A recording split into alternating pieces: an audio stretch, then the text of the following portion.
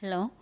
In this video, we are going to discuss the fourth part in topological worm in module 4 of Principles of Information Security. So, what do you mean by a topological worm?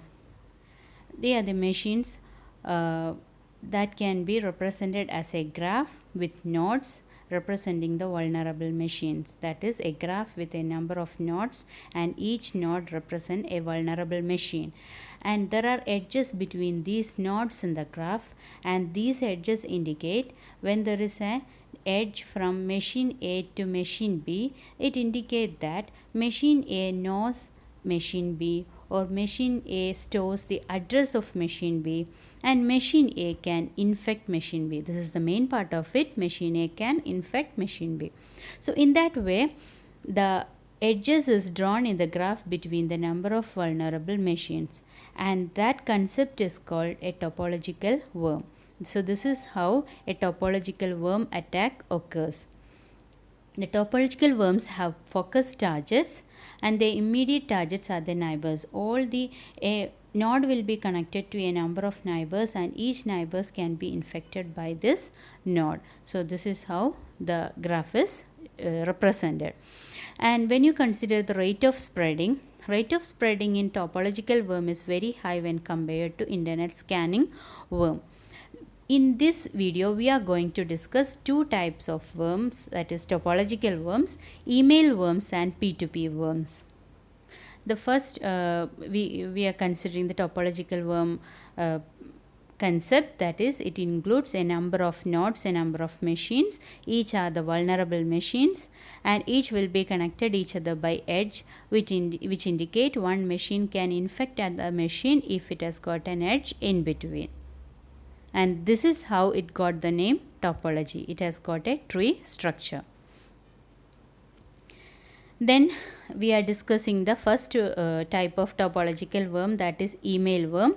It is a most common type of malware, and it propagates through infected email. What happens is the victim machine receives an email, and this email will include an attachment, but it appears as a mail from a trusted source. The worm is activated by clicking on this attachment, and then what the email worm do is it will spread through it. Now let us consider a number of email worms one by one. First one is I love you worm. It was unleashed in 2000. It contained a file, a loveletter.txt, which was a Visual Basic script. By clicking on the attachment worm, it will be activated, and they send a copy of itself to all the mail IDs in the address book of the victim machine. And this email worm goes into the user's address book and chooses every addresses and spread through these addresses. So when it reaches the next machine, it will do the same purpose, and thus it spread all over through, and this is how a topological worm attack occurs. Now you can recognize the figure, and you can compare it with this worm. It then copies itself and puts itself to the attachment, and then it spread through again and again. Then a second type of email worm is a Melissa worm. It is a software macro that is executed by opening the document. You can consider this as a macro worm or a macro virus, and it propagates by sending the copy of itself, and what it do is it will send its copy to 50 persons in the victim's address book, victim's mail list.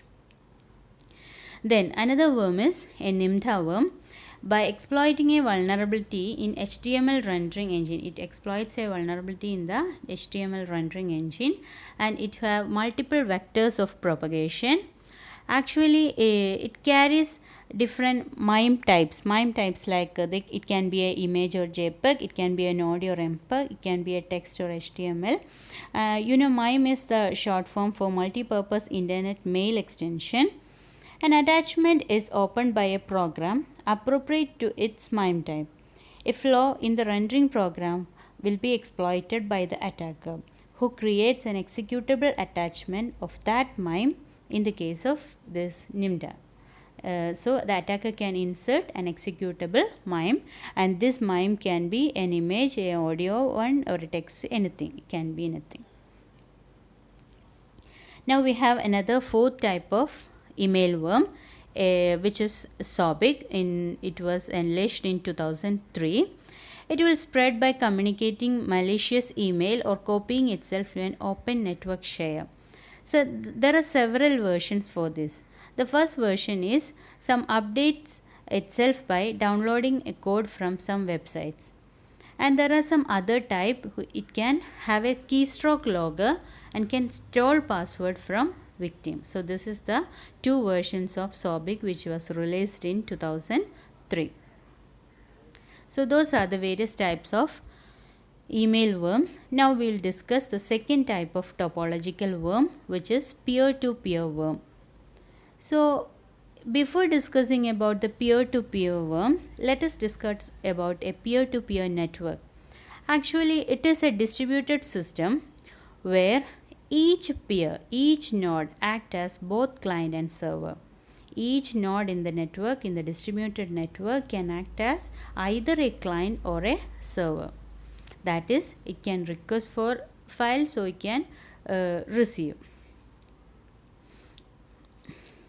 For sharing files, it containing songs, images, videos, etc., we use such a type of P2P network. And each peer has a shared folder that will be willing to share with others. These sharing items can include songs, images, or videos. And in the distributed system, all the peer nodes can act as a client or a server, will be ready to share the whole things among the whole group. And P2P networks are very scalable and robust. So two peers are neighbors when there is an active TCP connection between them. So the working of the peer-to-peer network is in such a way that initially a peer A, a node A, make a query request for a file, suppose it is ABC, and send it to its neighbors. In the topological concept, one node want to send a message to all its neighbors. So when the message is received by the neighbor will check for the file. If the file is not found with the nearest neighbor, what happens? It will broadcast the request message to its own neighbors. In that way, the request message will be spread through, and if any of its peers have the file, this peer will return a query hit message. So when the initial peer A receives a query hit message, it will trace the path of this query request message in the reverse order, so that it will get the path. And when it get the path, sometimes there is a chance A may get two query hit message from nodes B and C. So what happens is A can select any one. Then A send its IP address to B and download the file using FTP or HTTP. So this is an example of the concept. Here we can see various peers, and their highlighted three peers are the A, B and C, because A is the starting peer. It will send a message to all its neighbors. Then this requested file is present in both B and C. So both B and C will give a query hit message. A will receive both message. A can select either C or either B. Then A will select B, and then A and B will communicate and will send the requested file. So this is the concept of peer-to-peer network. Now, how the worms are spread through the peer-to-peer network? There are two types of worms in the P2P network, which is one is passive worm and another one is active worm. So what is the difference between a passive worm and an active worm? A passive worm is activated only on receiving a request. A active worm, no need of any request. So the passive worm acts like, as we told before, when there is a peer network and one peer is a malicious peer. So malicious peer always checks for a request message. Whenever it receives a request message, the request message will include a message that it requires a file ABC. It is a genuine message. It requires a file ABC. So what the malicious peer do is, it will mold its malicious message in a malicious file into a file named ABC and will send a hit message to the peer. So when receiving the hit message, the malicious peer, genuine peer will communicate with the malicious peer and will send ask to send the file.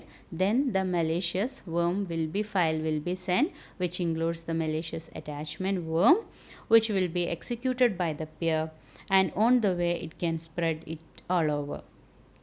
Any popular shared file can be infected and can cause infection spreading. And this is not the case of ActiveWorm. ActiveWorm do not require a request, because this ActiveWorm concept is based on the topological concept, the topological graph. It includes all the peers given in a P2P network, and these all peers run on the same protocol and have little software diversity. So it is very easy to attack by a buffer overflow vulnerability. Since all the peers have its neighbors list, attacker has a very good target, and then it no need of random scanning, it can attack directly to the whole list. Then the last topic in this module is a Trojan horse. Already we have discussed various type of malwares: virus, worm, internet scanning worms, topological worm, etc. So this is the last type, a Trojan horse. A Trojan horse is a program with a malicious component masquerading as a useful piece of software. The main part of it is it cannot replicate. As a virus or worm replicate, a Trojan horse cannot replicate, but it is activated by action on the part of victim, and also it can damage or disrupt and steal information, but it do not need user intervention. So there are two methods by which a Trojan horse can be inserted into the victim machine. One way is either it can create a copy of a genuine file in the same name of the genuine file. Then instead of executing the genuine file, the legitimate file, the malware Trojan horse file can be executed. By the way, it can infect the machine. This is one way. And the second way is it can attach to a legitimate file. It can attach itself to a legitimate file and using a wrapper tool, and then combining with the legitimate file, it can execute its program. So these are the two ways by which a Trojan horse can be executed in a victim's machine. Then there are various ways by which a Trojan horse can be spread out. It can spread through email attachment, a file sharing software, a website, or cell phone downloads. And there are various adverse effects of Trojan horse. It can delete or alter files. It can create new version of programs, admin access to victim system, and then infect others. It can spread. Then an example of a Trojan horse is Sub7.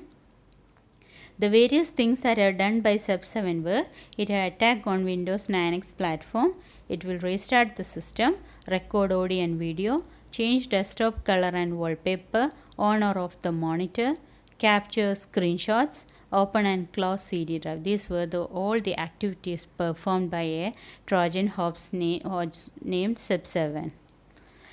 Then various other types of Trojan horse: create backdoor, manipulate files, exploit weak software, rootkit, it conceals certain activities, Trojan banker, acquire bank details, then Trojan denial of service attacks, Trojan downloader, download malicious softwares, Trojan dropper, install hacking software, and Trojan false AV act as a genuine antivirus.